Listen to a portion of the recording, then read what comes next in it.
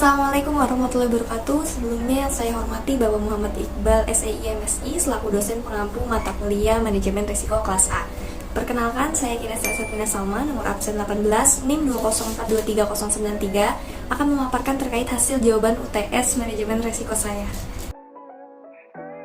Manajemen risiko adalah ilmu yang membahas tentang mengukur, melakukan mitigasi, memantau, dan mengendalikan risiko menggunakan pendekatan yang komprehensif dan sistematis. Sedangkan tujuan mempelajarinya yang pertama adalah untuk meminimalisir dampak atau kerugian, menjadi arahan bagi perusahaan, lalu menjadi kewaspadaan bagi manajer, dan untuk mengidentifikasi sumber risiko, sehingga perusahaan akan menjadi sustainable atau berkelanjutan. Sedangkan urgensinya bagi perusahaan adalah perusahaan tidak akan terhambat dalam mencapai tujuannya, meningkatkan kinerja perusahaan, dan meningkatkan fungsi-fungsi perusahaan agar selaras, sehingga perusahaan dapat menjadi lebih produktif. Manajemen risiko harus dilakukan sedini mungkin karena risiko itu dapat terjadi kapan saja dan terjadi di luar dugaan. Lalu saya membuat sebuah manajemen risiko sederhana pada usaha laundry. Contoh manajemen risiko dari risiko pertama yaitu risiko kenaikan biaya air dan listrik. Kita dapat membuat terlebih dahulu BEP dan anggaran di luar dugaan.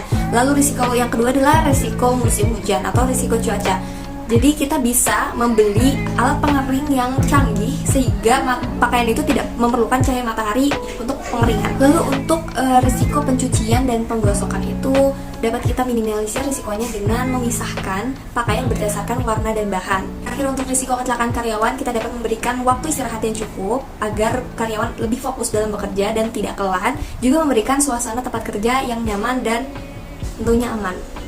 Jenis risiko yang pertama ada risiko murni. Risiko murni itu risiko yang memungkinkan adanya kerugian namun tidak memungkinkan adanya keuntungan. Contohnya itu seperti bencana alam. Lalu yang kedua ada risiko pasar. Risiko pasar adalah kerugian finansial yang dialami oleh perusahaan akibat adanya pergerakan aset pasar di pasar uang. Lalu yang ketiga ada risiko kredit. Risiko kredit ini contohnya itu seperti risiko yang dialami oleh bank ketika nasabah itu gagal membayar kewajiban. Lalu yang keempat ada risiko operasional. Risiko operasional ini adalah risiko akibat terganggunya proses internal. Contohnya seperti risiko kerusakan mesin dan peralatan. Lalu yang kelima ada risiko kematian. Risiko kematian adalah risiko yang disebabkan oleh kematian awal dan terdapat exposure setelahnya.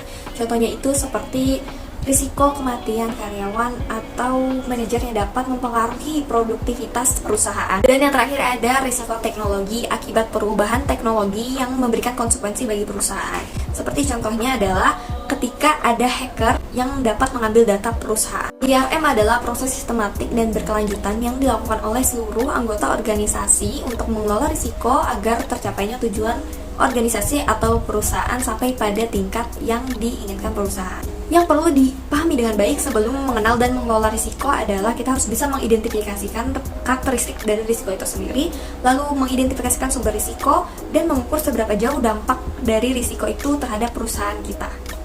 Karakteristik dari risiko kematian yang pertama unpredictable atau timing yang tidak pasti, lalu kedua exposure untuk kematian awal, dan yang ketiga dipengaruhi oleh beberapa faktor seperti usia, jenis kelamin, riwayat kesehatan, merokok, atau alkohol. Lalu ada karakteristik dari risiko kesehatan dan keselamatan kerja. Yang pertama ada faktor mempengaruhinya seperti ada faktor usia, faktor pekerjaan, faktor alam, faktor teknis, dan faktor manusia. Lalu ada langkah identifikasinya. Yang pertama adalah physical checking, lalu pengecekan bahan produksi, pengecekan peralatan dan keamanan kerja. Lalu ada 3 metode perubahan tingkat bunga. Yang pertama ada metode repricing model, ada metode maturity model, sama metode duration model. Yang pertama ada repricing model. Repricing model ini adalah metode yang digunakan untuk mengukur risiko perubahan tingkat bunga dengan mengelompokkan aset yang sensitif terhadap perubahan tingkat bunga. Contohnya itu seperti bank meminjam aset senilai 6 miliar. Maka jika besok tingkat bunga berubah, pendapatan dari bunga pun akan berubah dan harus ditinjau ulang menggunakan repricing model. Lalu metode yang kedua ada duration model. Duration model ini mempertimbangkan timing dari setiap cash flow. Akan meningkat jika jangka waktu aset tersebut panjang. Dan yang terakhir ada maturity model yang digunakan untuk mengukur resiko dengan jangka waktu aset dan kewajiban. Contohnya bank meminjam obligasi dan mengevaluasi nilai pasarnya setiap hari. Metode jangka waktu atau maturity model ini diperlukan untuk mengukur perubahan harga pasar suatu aset akibat perubahan bunga. Cukup sekian pemaparan hasil jawaban UTS saya. Kurang lebihnya mohon dimaafkan. Wassalamualaikum warahmatullahi wabarakatuh.